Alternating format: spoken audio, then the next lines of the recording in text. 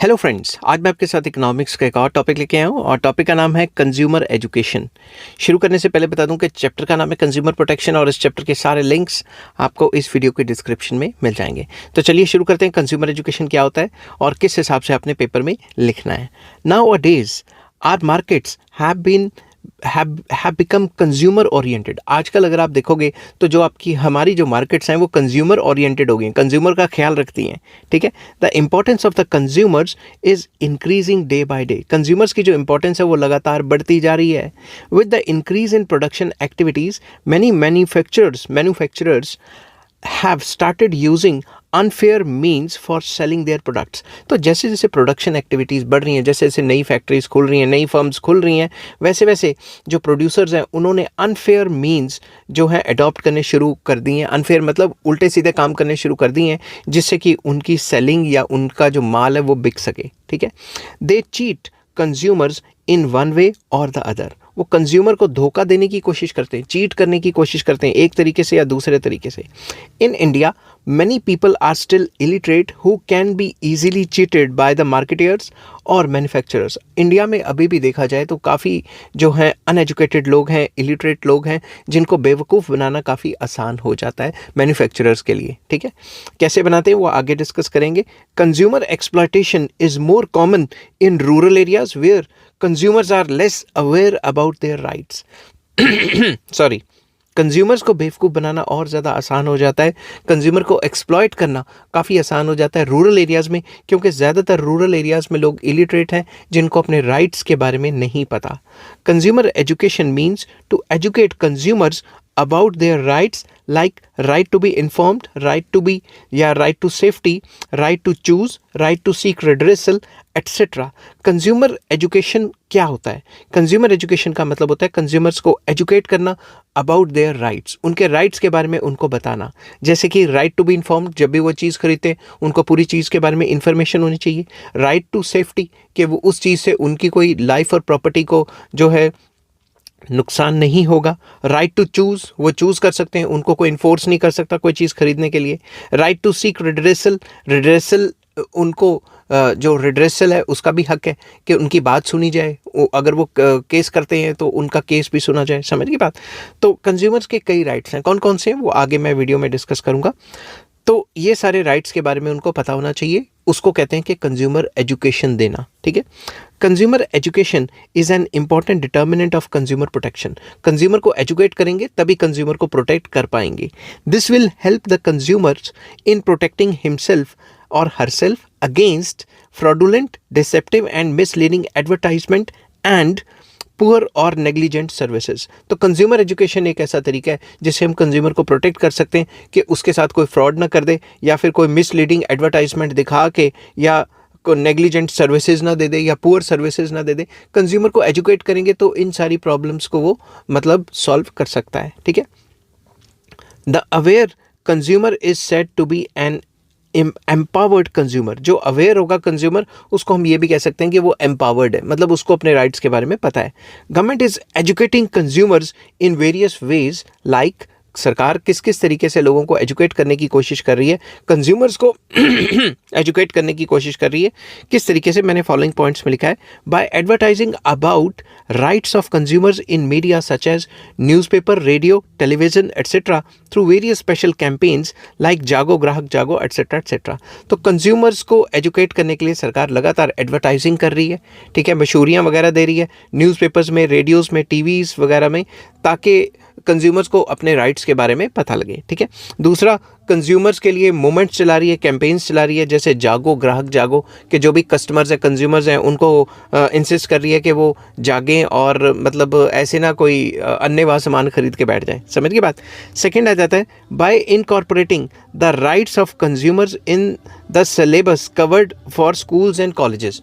तो जो भी स्कूल्स एंड कॉलेजेस हैं उनके अंदर जो सिलेबसेस हैं उनके अंदर चैप्टर्स ऐड करवाए जा रहे हैं कंज्यूमर प्रोटेक्शन के या कंज्यूमर्स एजुकेशन के, जिस वजह से कंज्यूमर को पता लग रहा है कि मतलब क्या क्या करना चाहिए और क्या क्या नहीं करना चाहिए। ठीक है, थर्ड पॉइंट आ जाता है इसमें by promoting consumer organisation in India. Consumer organisation या कंज्यूमर फोरम्स जो होते हैं उनको लगातार प्रमोट करेगी सरकार, ठीक है। फोर्थ पॉइंट आ जाता है bye setting up consumer courts in India. India में कंज्यूमर कोर्ट्स अलग से सेटअप की गई हैं, ये भी गवर्नमेंट का एक स्टेप है जिससे कंज्यूमर्स को और ज़्यादा प्रोटेक्शन मिलेगी। एंड फिफ्थ पॉइंट आ जाता है by making it compulsory for manufacturers to give all necessary information about the product on package itself. सरकार मैंडेटरी कर देती है कि जितने भी जो पैकेजेस होंगे या प्रोडक्ट्स होंगे उसके ऊपर मैंडेटरी है कि लिखना है कि क्या चीज़ कितनी है, उसके ऊपर सारी इन्फॉर्मेशन देनी पड़ेगी।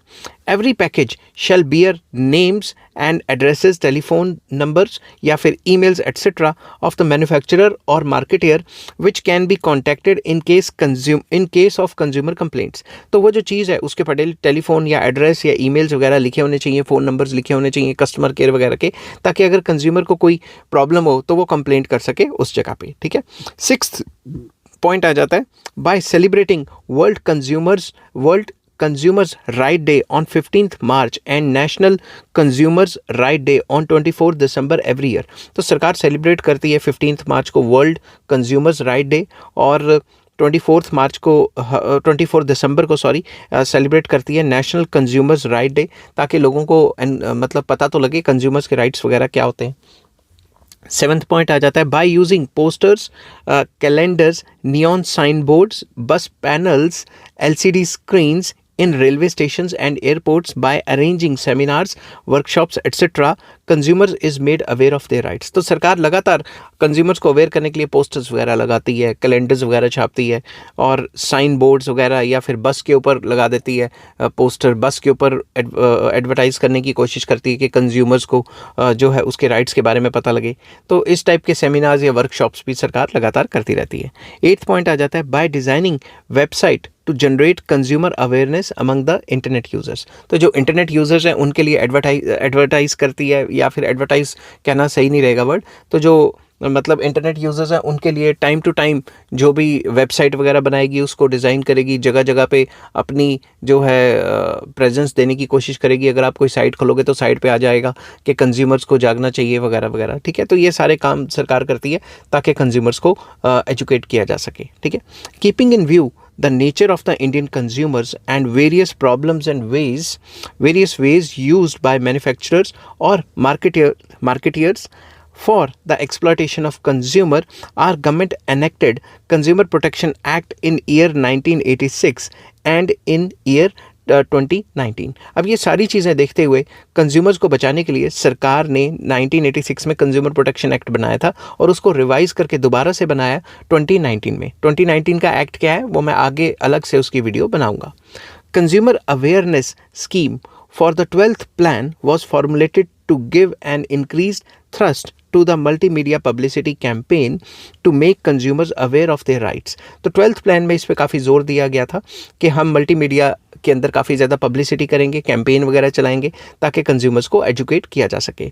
द स्लोगन जागो ग्राहक जागो has been very successful in informing the common man of his rights as a consumer। तो जो सरकार ने ये जो कैंपेन चलाया था जागो ग्राहक जागो, ग्राहक क्या होता है वो कंज्यूमर, ठीक है, या कस्टमर, ठीक है।